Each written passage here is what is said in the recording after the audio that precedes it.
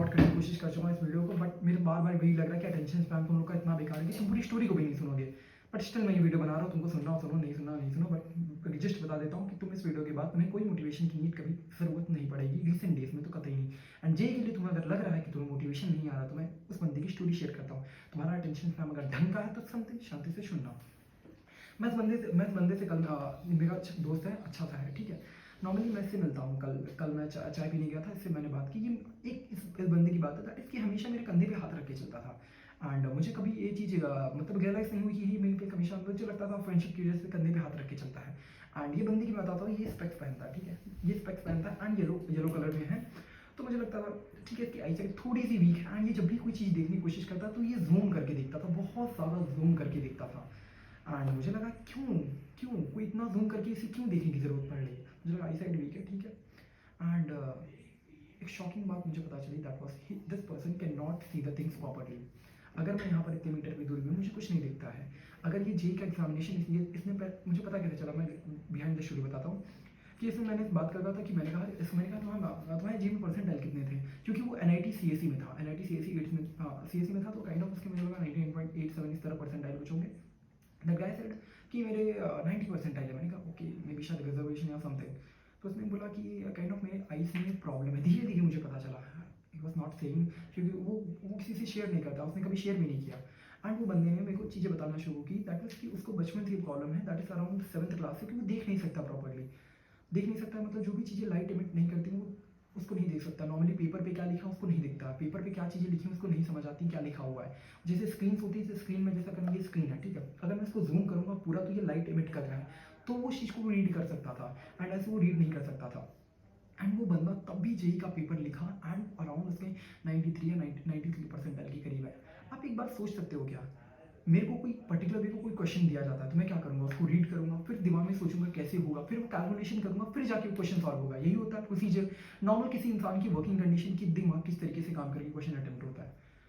Just think of that person जो देख नहीं सकता था, जो देख नहीं सकता, ओके, उसको कोई सामने क्वेश्चन रीड करके बताता कि ये क्वेश्चन है, उसके दिमाग में चीज़ें चलती हैं, okay that is the scenario, कैसे कैसे वो चीज़ हो रही होगी। फिर कोई सेकंड पर्सन होता है जो वो कैलकुलेशन उसको वो बोलता है, एंड वो पर्सन कैलकुलेशन करके तब वो क्वेश्चन सॉल्व होता है, एंड वो तब ऑप्शन लगाता है। क्योंकि वो जूम करके इतना नहीं दे, इतना ज़्यादा जूम करेगा, इतना बड़े बड़े लेटर्स होंगे तब वो जाके देख सकता है। And still he scored 95 marks in physics.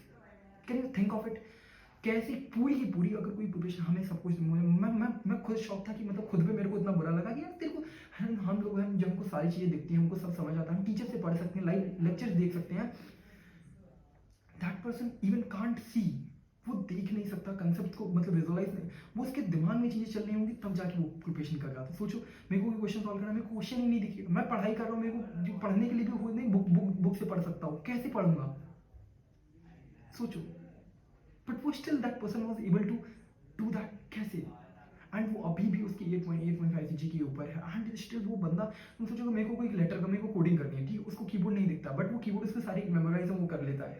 And उसको सामने अगर कोडिंग करना तो कोडिंग याद, इतने नंबर ऑफ एन नंबर हजार लाइन को कोड्स होते हैं, तो ऑब्वियसली अगर एक कोड में अगर इस तरीके के 10 एक ही लाइन में 10 वर्ड्स लिखे हुए, ठीक है, फॉर लूप, INT ये सब करके, वो एक एक लाइन को सिर्फ एक एक वर्ड्स को देख सकता है। And still good, so much good.